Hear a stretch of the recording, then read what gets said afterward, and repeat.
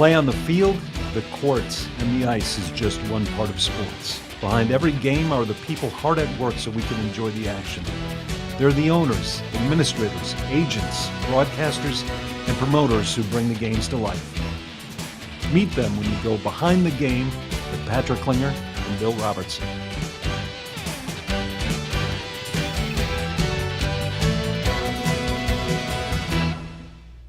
Welcome to another episode of Behind the Game. I'm Patrick Klinger. My co-host, Bill Robertson, has been summoned to Fairbanks, Alaska on official duty, so I'm flying solo today.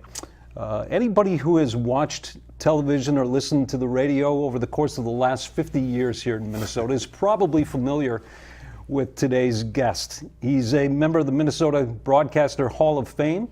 He's a sports icon.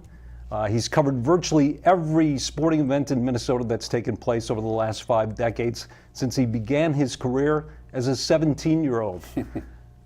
Welcome to Behind the Game, Mark Rosen. Thanks, Patrick. Nice to be here. Appreciate it. Mark, it's truly a pleasure to have you here. Looking forward to the chat. So, how does it feel being at home for dinner every night instead of preparing for a sports report? The word I use when everyone asks me that question is liberating.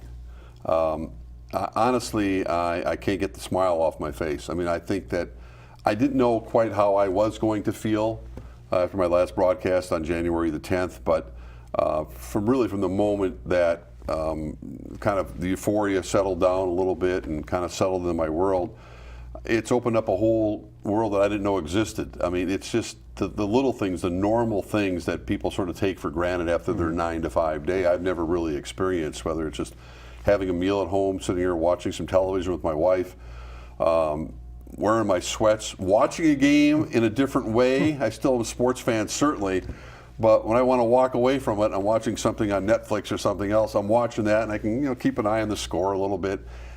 Liberating is the thing, because I really feel like been there, done it, left at the right time, left under my own terms, and no regrets, and I have a lot of creative outlets as it is still with radio, so I honestly am not missing it at all. I miss, as they say, I miss the locker room, not the game. Sure. And I think that's the thing. I miss the process, but I don't miss the night-to-night stuff, because it's unlike a lot of people think. It's kind of a lonely existence. You get a meal across the street, sitting at your desk, watching a Wild game, a Wolves game, a Twins game. It doesn't matter. Nothing against it. It's like, oh, it's a great job. Well, not quite that way. Staffing not the same.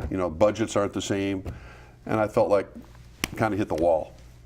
Sure. Yeah. So, after covering every team and so many sporting events over 50 years, do you worry at all about missing some of the action or being in the midst of the action? No, because I can still pick and choose when I want to. In fact, I think I'll have more opportunities to get more personal with some of the relationships I still have in this town, because for instance, if I wanted to work, I do early morning radio, fill in the blank. The Vikings have their news conference, the Wild, the Wolves, whatever team, it's usually 11 o'clock, noon.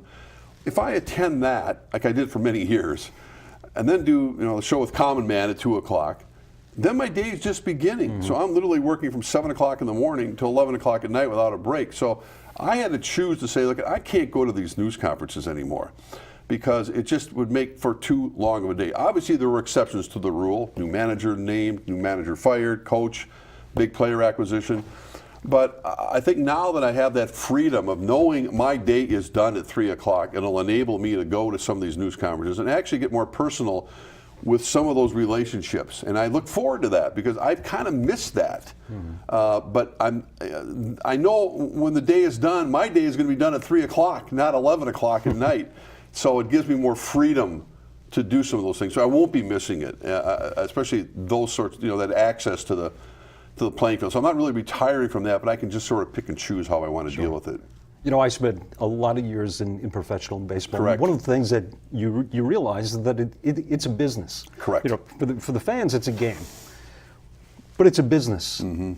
Did you find that you ever lost any of your passion for sports, covering it as a job for so many years? I think there were times, there were moments when I did, but it would always come back to my feeling was more like an actor who's performing the same play over and over and over again, that when those lights came on and an audience was out there. Your job is to do the best you can every single night. If you don't have that passion for it, it's time to get out. So I would challenge myself all the time, especially with my writing, which I really enjoy doing. That I have that opportunity to be independent. I don't have to have someone approve my script, or if I want to have an opinion about something that the Twins did or didn't do, it's me, it's my writing, it's my style. So that kept me motivated. I didn't get stale that way. I still love the fact I could sit down at my computer and go, wow, I can't believe this Jimmy Butler thing went down the way it did. How did they lose control of this situation? And I feel like I'm a voice for the fans and express what they are. And so I didn't lose that night after night. I think it was there because I would challenge myself to be better all the time. And I still felt like it was truly a gift to have this airtime. Mm-hmm. And I didn't want to squander it. I mean, yeah, there were days I didn't want to be there, nights I'm sick and tired of watching another game. It's like, come on. I mean, we've seen it, done it, been there. But you have to challenge yourself. And there were nights you just kind of just want to get the show over with. But when the lights come on, it's your job to make sure you deliver the best sportscast you can and then start all over again the next day. Were there ever any times for you where you were really a fan first, a reporter second? Absolutely, I'd be a fan first. I mean, I still think, and I've been around enough media people, I think newspaper people in particular, when I was growing up in particular, they were pretty crusty guys. Before the advent of web producers and everything else, they're always just kind of just hanging out. I don't know. I never got the sense that a lot of them really cared about the game. I did care about the game. I was passionate about it. I was a big baseball fan. I've been a Twins fan since they started here. So yeah, I mean I remember certainly '87 and '91, but game 163, and you're swept up in all of that.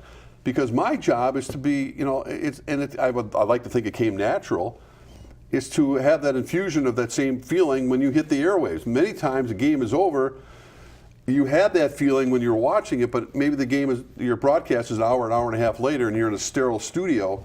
How do you bring that to the audience, that same excitement you felt, and maybe the fans felt when they were there? It's up to you to do that naturally, and I think I had that.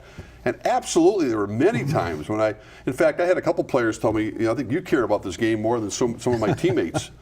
And so I was always, a fan, of the games. I didn't particularly say this was my favorite sport or I'd like, this over that. It wouldn't matter. It could be a high school game. It could be whatever it is. And I think that was a good part of the innocence that I still had after all these years. Well, I read some of your comments about the 1998 Vikings-Saints game, where things didn't turn out the way that we liked. Right. And you said it was physically crushing. Well, I think the '98 game against Atlanta, the Atlanta NFC Championship game. We had, again, having grown up here watching the Vikings, it was kind of the perfect storm. I mean, Jeff Diamond was a friend of mine I went to high school with, who was the NFL Executive of the Year. In fact, I just saw him a couple weeks ago, and he was in charge of the team basically and signing the players. And I had all these people. I was working, doing my Sports Sunday show with Johnny Randall, Eddie McDaniel. It just felt like everybody was tuning in every Sunday night to see those knuckleheads and see what they're going to do to me. It was a great team. It was the best team in the NFL that year. And everything was leading towards, I get to finally cover the Super Bowl. The station had purchased 17 tickets to go to Miami. My son, who was young at that time, was in the stands. My wife was going to be able to go to Miami. She was talking about that. Everything was just perfect. We were doing a number of shows, and then, it physically hurt. It just did. I mean, I tried to get over it, but I didn't. And sometimes my mind wanders, going, man, that just sucks. And I was actually thinking about it today, thinking, how many years ago? Wow. I mean, it was all these reunions that come up, and we realize how fast time goes, but. It was a special time, a special year. I had a great relationship with a lot of the players, but yeah, it hurt. I'm not going to lie. Hey, Mark, your career is legendary, and it started when you were 17 years old. You jumped on a bus, St. Louis Park, and you went down to WCCO TV. What was it as a junior in high school that prompted you to want to have a career in broadcasting? Well, I didn't know I was even going to have a career. I thought I'd have a week, and my neighbor was a guy named Phil Jones, and I used to see him on TV. He was a Capitol correspondent for Channel 4, and he was just leaving CCO because he ended up going to the network in CBS, and was he was the top really White House correspondent for many years. So I don't know what it was. I grew up as a sports fan. My dad took me to all the games. Television sports was not a big deal back then, but I'd watch him on the air and go, that's kind of interesting. I worked for this high school newspaper.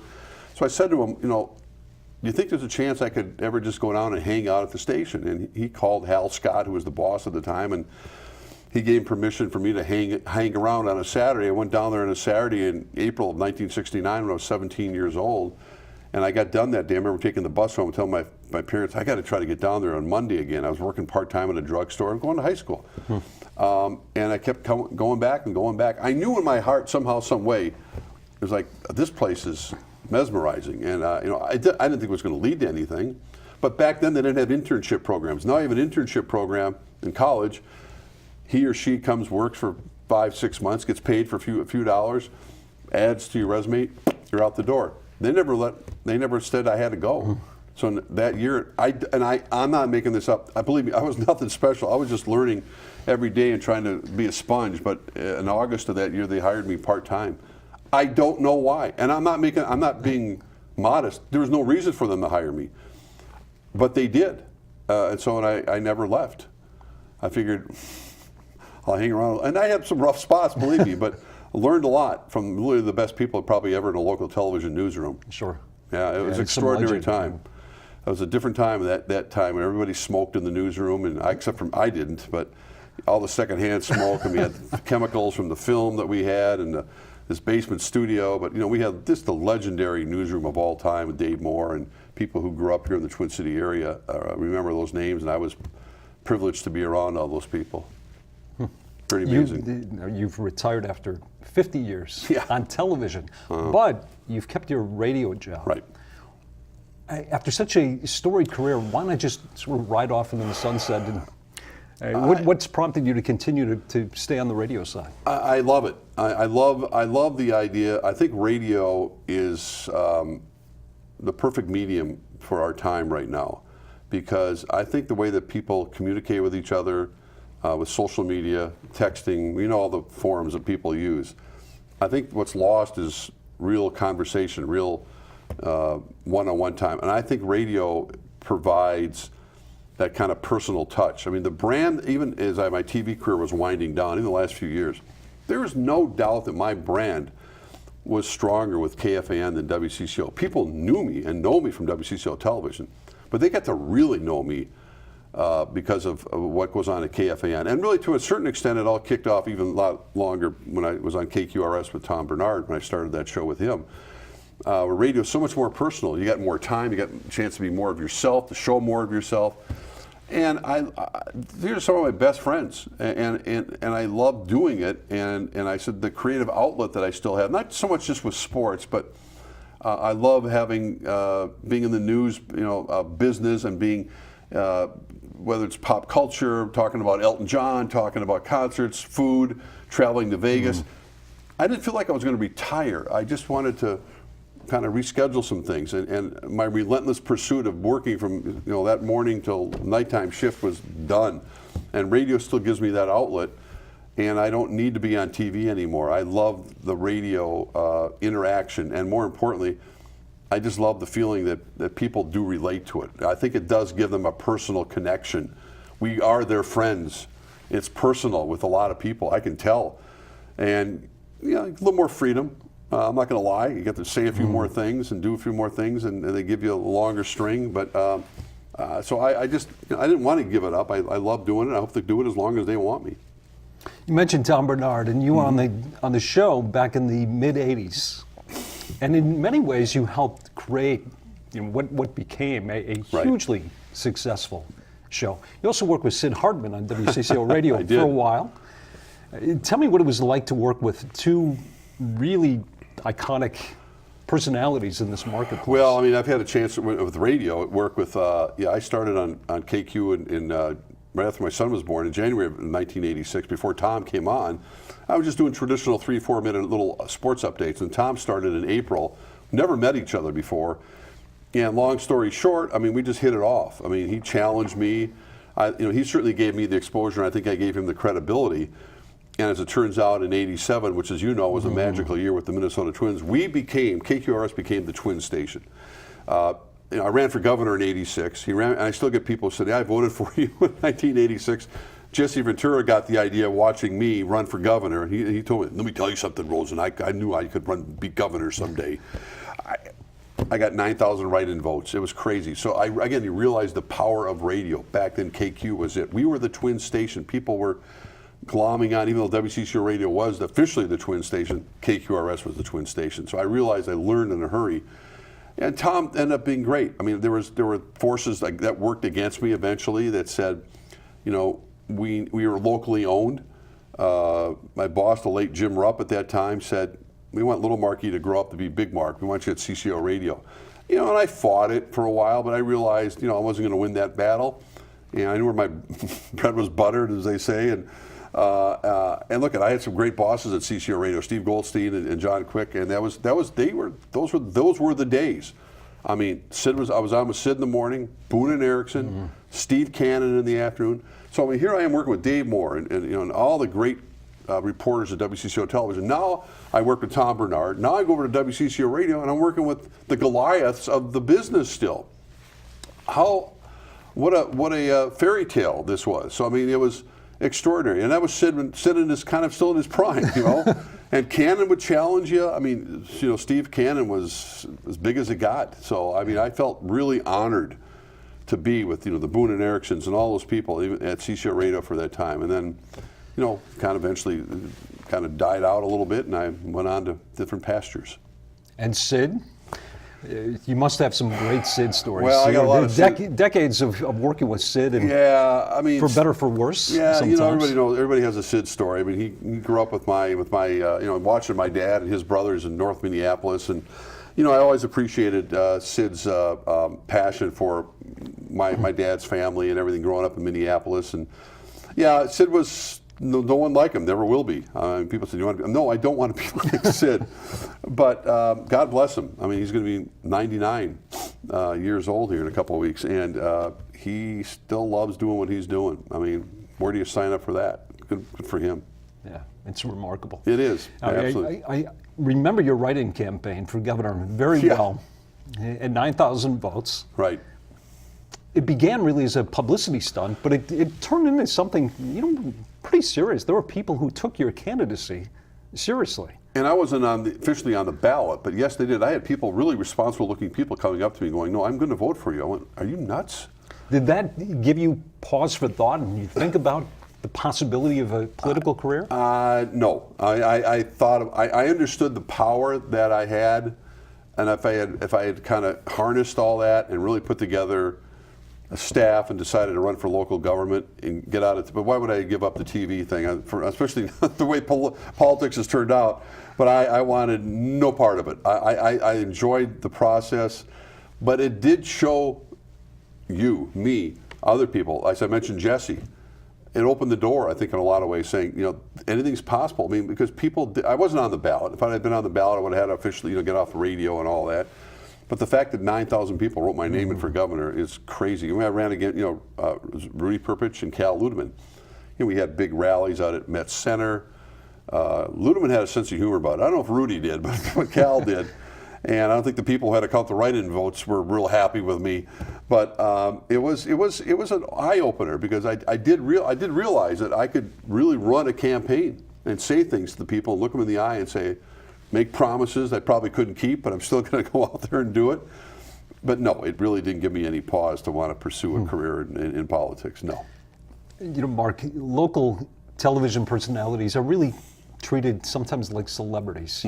People obviously recognize your face when you go to the supermarket. Did that ever cause any issues for you or your family? Oh yeah, I mean it was tough when my kids were young.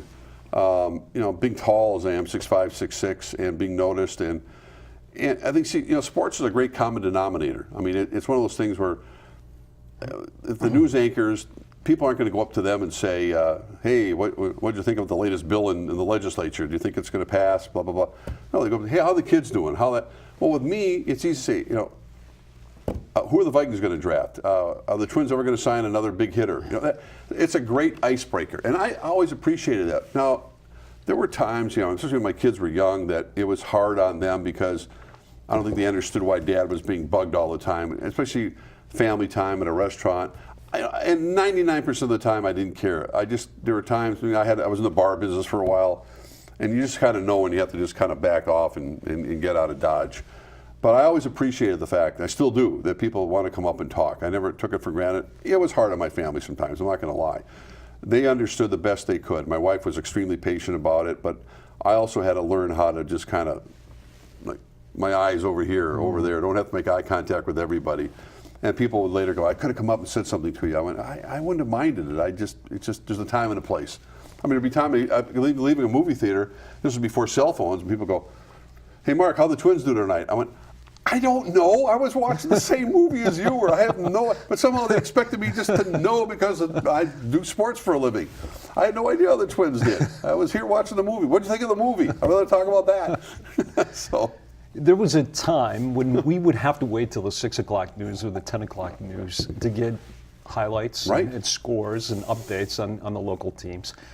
Now, of course, you can get it 24/7. Correct. How did that change the way that you reported on sports?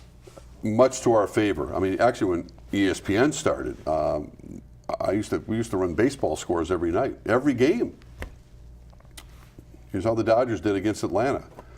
Well, who cares around here? No one does. It changed and enabled us to concentrate just solely, for the most part, on local sports. And obviously, there's a big national story, there's a big national trade, there's a big game. LeBron did something, or Kobe, or whatever it might be at that point, you cover it. But enabled us to say, we don't have to worry about scores anymore. People can find that information out. By the time the 10 o'clock news rolls around, people pretty much know what's going on in the world. They've been following it all day on their phones or whatever device they have, news, sports, whatever it is. So it's up to us to localize it. And that's what I actually liked a lot, because it took the pressure off of having to be the the official, and I think I wouldn't want to be, people say, do you ever want to go to ESPN? No, I had no desire to spit out all these highlights all the time. There was very little storytelling in that, and I'd rather concentrate on saying, look, I feel like I can be the authority here in town, at least give you the opinion of what's going on, be your voice, say, I don't know why the Twins are doing this or that, and have the credibility. It's always about credibility first and foremost, to say this is what I believe is going on, and then people would hopefully appreciate that opinion. And that's why, but yeah, it took a lot of pressure off. It seems that sports has become almost an afterthought on the 10 o'clock news now. The amount of time allocated for sports is significantly less than it once was. Do you think that there will ever be a day when the 10 o'clock news will be news and weather and there will be no sports? I hate to think that would be the case. I don't think here, I think other markets they've done that, but I don't think here it will be, because sports is too big here. We're a major market for pretty much everything with all the pro sports, college, high school. No, I don't think that'll happen. I hope it never happens. I think it's too important as a community resource to not have that. I mean, yeah, I did the Sports Sunday show. I did my half-hour show for 30 plus years, and the reason I stopped it is because of lack of resources. That's the number one thing that I think is going to hurt local television in the future. Not having those resources devoted to doing the best job possible.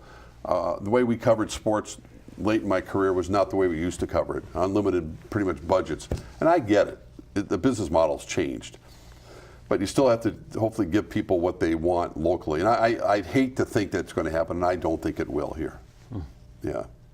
Now, I know you're a big movie buff, and as we tape this, the Academy Awards are just a couple of days away. Correct. Have you seen all the nominees for Best Picture? Not Do you have all a of them. favorite? I'm going to see. We are going to see Roma this weekend, and I think I can pretty much guarantee you, if you're a betting man, Rami Malek is going to win Best Actor for his portrayal of Freddie Mercury in Bohemian Rhapsody. Awesome. Yeah, the movie may have some flaws, but Malek was sensational. Yeah. I think Glenn Close will win Best Actress for The Wife. I do want to see Roma, because I think Roma could end up winning Best Picture, and it was on like Netflix or something, wasn't it, for the longest time? So yeah, I'm a big movie fan. I don't think it was kind of an off year. I like The Green Book. I've seen most of the movies. It's my release, especially now with my little extra time off. I'm going to try to see more, but I love movies. I hope to do more. My goal at night, once I kind of things settle down a little bit, is to take some classes and maybe study I like to do study Hitchcock or study some of the movie directors I've admired over the years, and really take extension classes and learn more about that facet of the business, which has always intrigued me. Now, your son, Nick, Yes. and your daughter, Chloe, followed you into the film and the television industries. Yeah, So I'm guessing they probably watched a lot of movies with you on those nights, those rare nights you were home. And Maybe a lot of I'm matinees. proud of them because they appreciate Hitchcock. My daughter appreciates Hitchcock movies. My son, two favorite movies growing up, maybe as a teenager, were Fight Club and Memento, where he was much more into the process than he was just like an explosion or a CGI effect. So yeah, he's an editor, producer at Masterclass in San Francisco and doing really well. And he got I got to interview Sandy Koufax. He got to interview David Lynch, who's one of his heroes growing up and studying him, and got to spend hours and hours a week with him producing and putting together his Masterclass for that company. So I'm very proud of him, and my daughter Chloe's on the assignment desk at WCCO and kicking butt and taking names or whatever she's doing, but she's doing really well. I'm very, very proud of her too. I ran into a former colleague of yours a couple of days ago, Don Shelby, and his hair is a little longer than it was on air. He's got a little flow going. Any plans to get a tattoo? I could get a tattoo, but I could have had one before. Nobody would have seen it. No piercings that I'm thinking about, but yeah, I think the thing I like, not worrying about shaving sometimes, but it seems like I've always had something coming up. I've gone maybe 3-4 days. I look at your growth and I'm going, that's what I want to do. I like that look, but it's going to take me a little bit of time. But that's the liberating part of it. Going, I still catch myself thinking, oh my God, I got to grab my sport coat and my shirt and my tie, and before I go to radio, no, I don't. I know, and I can just wear my sweater and sweatshirt and not worry about on radio because it's not television anymore. Mark, we're down to 30 seconds. Yeah. Finally, a viewer from Southwest Minneapolis wants to know why the Packers are consistently better than the Vikings every year. Oh, are they? I don't think so. They still got Aaron Rodgers, but they got some heavy lifting to do. I think right now both teams are chasing the Bears. But that's the beauty of the rivalry. And listen, one of my favorite venues to go all the time has always been Lambeau Field. I love going to Lambeau Field. It's a great place. It Mark, is. thank you so much for being My on pleasure. Behind the Game. Nice I to see you, really Patrick. appreciate you coming out Enjoyed today, it. Thank you. being on the show. And thank you for watching. See you next month on Behind the Game.